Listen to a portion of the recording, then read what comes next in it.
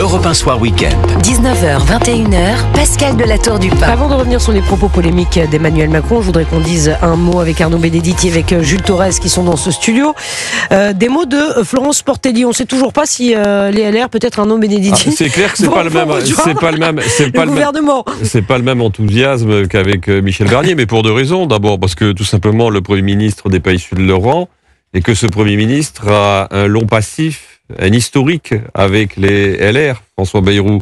Donc toutes ces raisons font que, évidemment, on sent que du côté de LR, ils vont y aller vraisemblablement. Enfin, on peut l'imaginer, sauf surprise de dernière minute. Jules Torres, je vous agitez la main, il n'a pas l'air convaincu. Pourquoi je les vois pas ne pas y aller non plus. Mais si vous voulez, après tout est possible aujourd'hui en politique, surtout dans la situation dans laquelle on est. Je veux dire, les retournements peuvent avoir lieu à tout moment.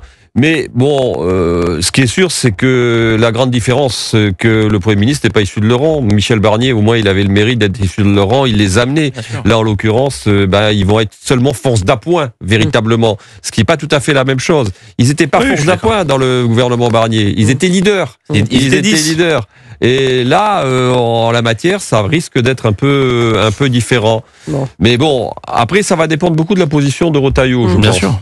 C'est Retailleau qui a la clé. Va donner le là. Oui, si Bruno Retailleau est au gouvernement, il y a des ministres issus des Républicains. Voilà. S'il n'est pas au gouvernement, il n'y aura pas de ministre issu des Républicains. Et c'est vrai que on sort du gouvernement sans doute le plus à droite depuis Nicolas Sarkozy, et certains à droite disent même depuis 1993, parce qu'il y avait quand même une ouverture à gauche sous Sarkozy. Donc c'est vrai qu'on verrait mal des ministres issus des Républicains qui iraient, alors qu'on dit à Bruno Retailleau, non, tu ne peux pas faire ta loi immigration, sur la sécurité on ne peut pas te suivre autant que Michel Barnier. Donc c'est là qu'on voit que les Républicains, ils sont en pleine réflexion, et d'ailleurs les réponses de Florence Portelli résonnent avec ce que disent aujourd'hui Laurent Wauquiez, ce que disent Bruno Retailleau. Et d'ailleurs, c'est intéressant de voir que ça fait quand même des années que la droite n'était pas sur la même longueur d'onde. D'ailleurs, on l'a dit il y a encore 2 semaines, il y avait encore une guéguerre entre Bruno Retailleau et Laurent Wauquiez. Là, ils sont sur la même longueur d'onde. C'est une participation au gouvernement, mais avec une vraie feuille de route. La feuille de route qui est imposée par la droite. S'il n'y a pas cette feuille de route-là, ils n'iront pas au gouvernement. Et la question ensuite, c'est censure ou non. Les auditeurs, dites-moi, Arnaud Benedetti, les auditeurs d'Europe 1 veulent le savoir, moi aussi. Franchement, on se prépare à un gouvernement d'ici Noël ou pas ? Est-ce que vous y croyez ? J'en ai strictement aucune idée. C'est-à-dire mais ce qu'a dit François Bayrou, il a dit qu'il travaillait pour un gouvernement avant Noël. Oui, heureusement qu'il dise ça, parce que très franchement, il est là pour ça aussi, pour former un gouvernement le plus rapidement possible. Il est évident que plus il perd du temps, plus il fragilise sa position, et puis il fragilise la position du président de la République également. Parce que c'est vrai qu'on sait qu'il y a des désaccords entre le président de la République et le Premier ministre, c'est de notoriété publique, mais ils ont malgré tout associé rivaux dans cette affaire. Le temps passe, et le temps passant, sans gouvernement, c'est à la fois mauvais pour le président de la République et pour le Premier ministre. Est-ce qu'il y aura un gouvernement ? Le problème est de savoir, moi ce que je vois, c'est que pour l'instant, il n'est pas en mesure d'assurer ce que Michel Barnier à minima était capable d'assurer, c'est-à-dire un gouvernement allant des LR au bloc, à ce qu'on appelle le bloc central. Là, pour l'instant, les LR en effet n'ont pas dit oui, pour l'instant, ils n'ont pas dit non non plus, et je ne le vois pas, en tout cas manifestement, être en mesure de permettre à des élus de gauche, en tout cas venant du Parlement, c'est-à-dire des députés socialistes, rentrer dans le gouvernement, puisque du côté de la gauche, aujourd'hui, c'est niette. Voilà. Non mais vous rendez compte, Jean-Luc Mélenchon qui dit ce soir, qui prédit la chute rapide de François Bayrou, de son gouvernement, ça passera pas l'hiver, il se prépare déjà une présidentielle anticipée. Oui, il acte même une date, il prédit une date, c'est le 16 janvier, c'est 2 jours après le discours de politique générale de François Bayrou, il dit qu'il ne résistera pas à cette échéance. Jean-Luc Mélenchon, au moins, il est assez clair dans sa stratégie, on voit très bien qu'il veut pousser le président à la démission, qu'il veut pousser le gouvernement, enfin le futur gouvernement à la censure. C'est assez clair. Il le dit, ça fait 2 semaines qu'il le dit. Et voilà, on ne le découvre pas que Jean-Luc Mélenchon, il veut une présidentielle anticipée. Il voit très bien que les cartes sont un petit peu quand même en train de se rebattre à gauche, même si le PS n'a pas le courage de sortir complètement du Front populaire comme les écologistes et les communistes. Il y a des cartes qui sont en train de se rebattre, et Jean-Luc Mélenchon, il veut profiter de la situation qui est la sienne, c'est-à-dire qu'il n'y a aucune incarnation aujourd'hui à gauche, qu'il est le seul leader, parce que 2 ans en politique, c'est très long. Il y a le temps de voir émerger des personnalités. Il y a Raphaël Glucksmann, moi j'en vois pas à gauche, mais on sait qu'il y a des Raphaël Glucksmann, possiblement des retours de Bernard Cazeneuve.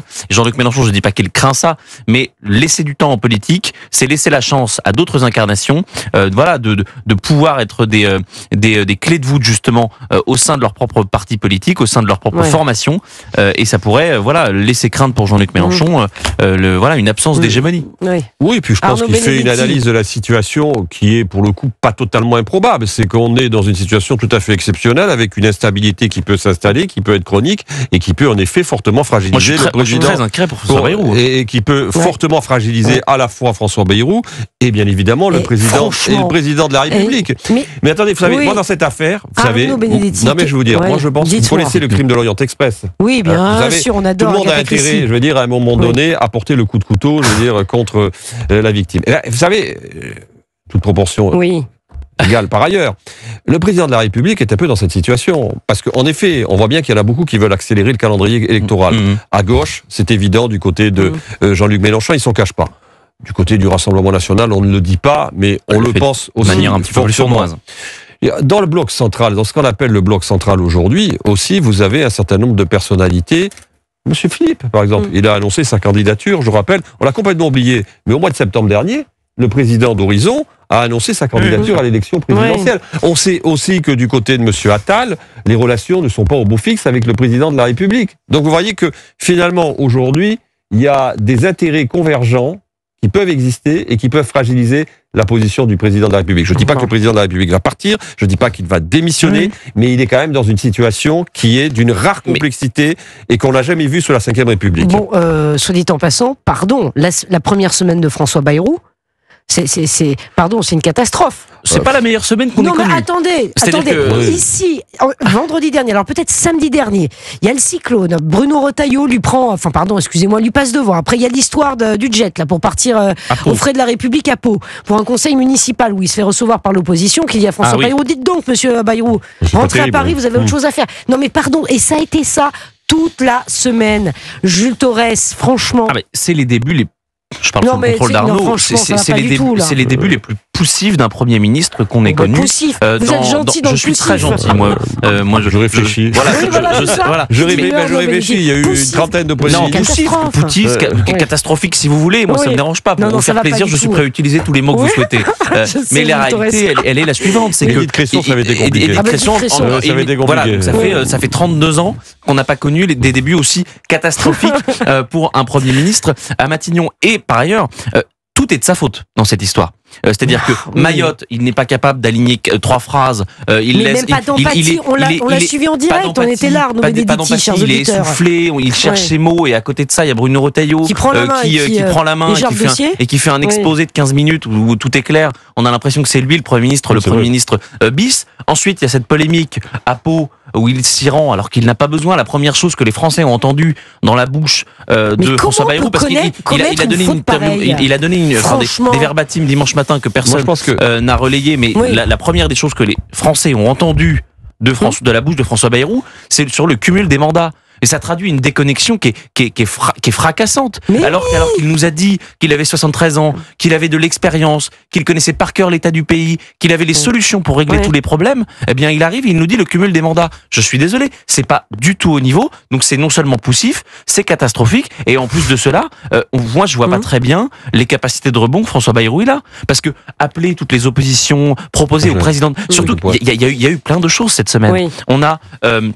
Matignon qui nous dit on va présenter au président de la République cet après-midi une liste. Matignon qui dément ensuite à l'AFP. Le lendemain, Matignon qui nous dit François Bayrou a proposé à tous les présidents de parti d'être au gouvernement. Puis le Matignon dément en disant non, c'est pas tous les présidents de parti. Donc on voit très bien que c'est une cacophonie générale. Je ne sais pas très bien quel est l'entourage de François Bayrou, mais à mon avis, il devrait aller plutôt sur LinkedIn pour voir s'il n'y a pas des conseillers en communication qui postaient des offres. Et la vraie question à la fin, c'est que vous savez, c'est un admirateur d'Henri IV, François Bayrou. Ah bah oui, bien sûr. Et la question, c'est de savoir, pour Emmanuel Macron, est-ce que François Bayrou, ce sera Sully ou ce sera Ravaillac? C'est-à-dire que Sully, c'est son grand ministre réformateur, c'est celui qui lui a permis de sauver le pays, de rétablir les finances, et Ravaillac, c'est le régicide. C'est celui qui a tué Henri IV.